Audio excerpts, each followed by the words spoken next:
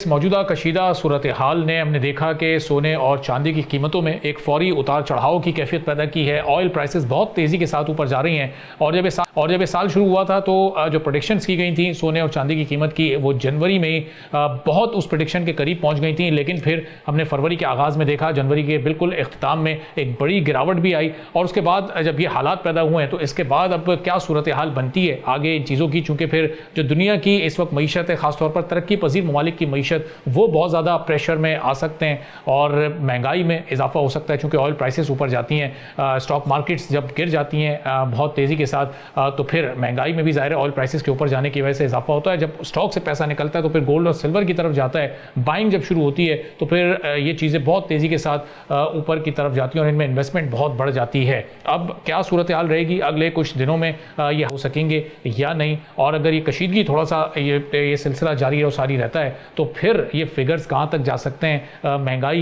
Interest rate और दीगर जो बड़े मैक्रो इंडिकेटर्स होते हैं ममालिक के, वो कैसे फिर इस चैलेंज को ओवरकम करेंगे, इस पर हम बात करेंगे। शान सईद साहब ग्लोबल इकोनॉमिस्ट हैं, हमारे साथ मौजूद हैं।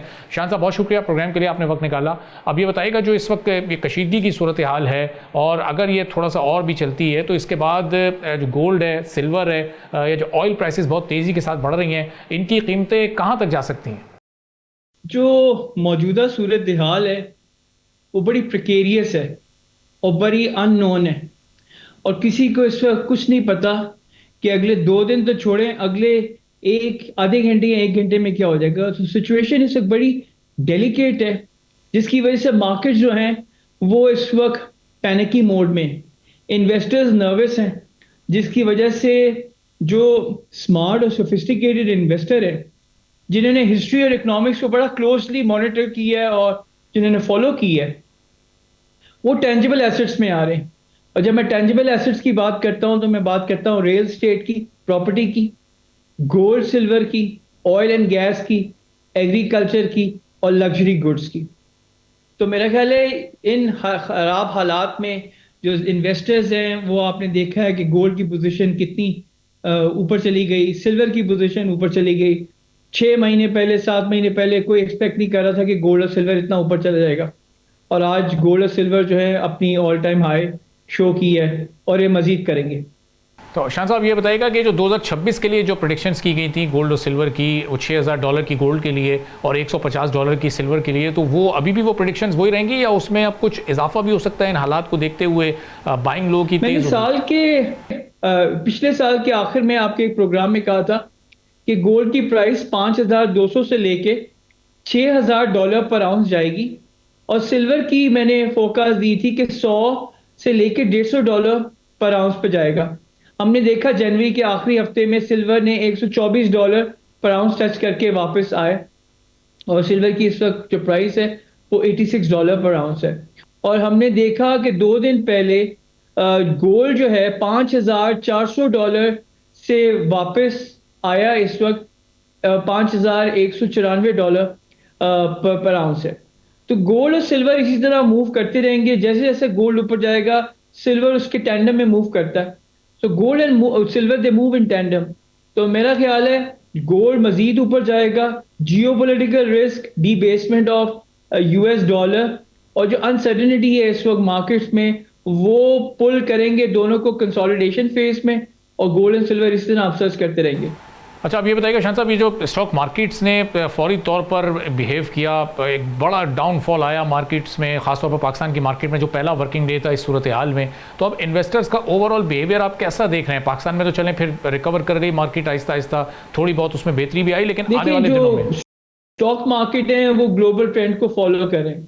यूएस स्टॉक मार्केट आपने देखा होगा वो 0.6%, जो सबसे बड़ी इस वक्त स्टॉक मार्केट है वो अमेरिका की है, जिसकी मार्केट कैप $60 ट्रिलियन है। और उसमें एक छोटा सा भी फ्रिक्शन आ जाए या थोड़ा सा भी मार्केट गिर जाए तो बहुत बड़ा होता है। लास्ट टाइम ये जो मार्केट गिरी है अभी 2 दिन पहले, वो 0.6% थी, जो ऑलमोस्ट $360 बिलियन से वहां पर मार्केट कैप नीचे आई। तो ये जो इक्विटी मार्केट्स हैं इसी तरह वॉलेटाइल रहेंगी इस साल, बॉन्ड मार्केट भी वॉलेटाइल रहेगी। तो इन्वेस्टर्स को जो है वो अपनी ड्यू डिलिजेंस, अपना होमवर्क करके पोजीशन लेनी चाहिए एसेट क्लासेस में, क्योंकि बहुत सारे एसेट क्लासेस जो हैं 2026 में उनमें मैसिव करेक्शन आएगी और इन्वेस्टर्स को अपने आप को जो बड़ा सेफ खेल के अपने पोजीशन और अपनी वेल्थ को प्रिजर्व करना। तो अफशान साहब, ये इकोनॉमिक एक्टिविटी खासतौर पर पाकिस्तान या पाकिस्तान जैसे दीगर ममालिक में वो कैसी रहेगी, चूँकि जो एक इस वक्त इन्वेस्टर्स का बिहेवियर है वो खासा केयरफुल हो गए हैं, बहुत मोहतात रवैये के साथ अब ये इन्वेस्टमेंट होगी, बहुत इन्वेस्टमेंट पहले आउट हुई, फिर वापस थोड़ी सी इक्विटी आई, अभी सूरत हाल कितनी बेहतर हो सकती है आने वाले दिनों में?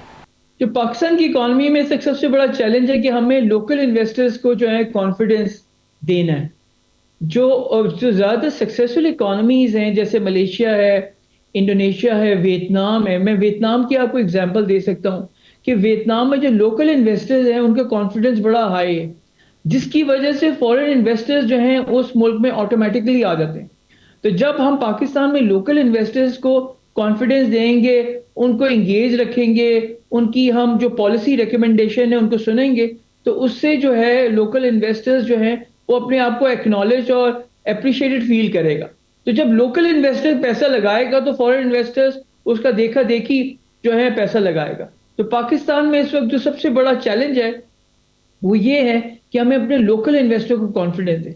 जब हमारे लोकल इन्वेस्टर्स के पास इतना लिक्विड है कि अगर वो ही इन्वेस्ट करना शुरू कर दें तो हमें किसी फॉरेन इन्वेस्टमेंट की ज़रूरत नहीं, क्योंकि पाकिस्तानियों का इस वक्त बहुत बड़ा जो लिक्विड एसिड है वो हर कंट्री में है मौजूद। तो अगर वो पाकिस्तान में ही उसको अप्लाई कर दें तो पाकिस्तान की इकॉनमी आराम से टर्न अराउंड हो सकती है। तो शान साहब, ये पाकिस्तान इस वक्त ज़ाहिर है मैक्रो इंडिकेटर्स को बड़े अच्छे तरीके से कुछ अरसे पहले तक अंडर कंट्रोल कर चुका था, जब तक ये हालात नहीं पैदा हुए थे। इन्फ्लेशन रेट अंडर कंट्रोल था, इंटरेस्ट रेट आधे से भी कम पर हम ले आए थे, 50% से भी कम होकर सिंगल डिजिट में जा रहा था। अब ये दोनों चीज़ें और दीगर जो इस वक्त इंडिकेटर्स हैं, क्या वो एक बार फिर नेगेटिव जोन में जा सकते हैं? यानी महंगाई बढ़ सकती है, इंटरेस्ट रेट एक बार फिर राइजिंग पोजीशन पर जा सकता है और फिर उसका इफेक्ट आता है ज़ाहिर है इकॉनमी पर, एक प्रेशर महसूस होगा। तो क्या समझ रहे हैं आप, ये सारे इंडिकेटर्स अभी कंट्रोल में रहेंगे? देखिए जी, सबसे पहले कोई भी पॉलिसी अगर गवर्नमेंट, स्टेट बैंक वो जो लेती है उसका इफेक्ट ओवरनाइट नहीं आता, उसका इफेक्ट 1 महीने में नहीं आता, 2 महीने में नहीं आता, इट टेक्स टाइम। मैंने अक्सर लोगों से सुना है कि जी इन्फ्लेशन क्यों नहीं कम हो रहा। इन्फ्लेशन की 2-3 वजूहतें कम नहीं होने की। एक तो ये कि हमारे मुल्क में ज़्यादा चीज़ें इंपोर्ट होती हैं, तो जब आपकी करेंसी डिप्रिशिएट करती है तो वो जो इंपोर्टेड आइटम्स हैं वो महंगी हो जाती हैं, तो उससे इन्फ्लेशन जो है वो कम नहीं होता, इन्फ्लेशन बढ़ता है। स्टेट बैंक ने एक अच्छे कदम लिए पिछले 2-3 साल में, 22% से मॉनेटरी पॉलिसी को कम करके वो क्लोज टू 10% ले आए। इसका मतलब है कि स्टेट बैंक के पास इतना कुशन था कि उन्होंने पॉलिसी रेट जो है वो कम किया, इन्फ्लेशन नीचे आया। इन्फ्लेशन को नीचे आते थे भी टाइम लगा। तो जब भी कोई पॉलिसी इंस्ट्रूमेंट या पॉलिसी इनिशिएटिव स्टेट बैंक लेता है, उसका इफेक्ट जो है इकोनॉमी में उसको 15 से 18 महीने लगते हैं आने में। सब्सक्राइब करें और बेल दबाएं ताकि कोई खबर रह न जाए।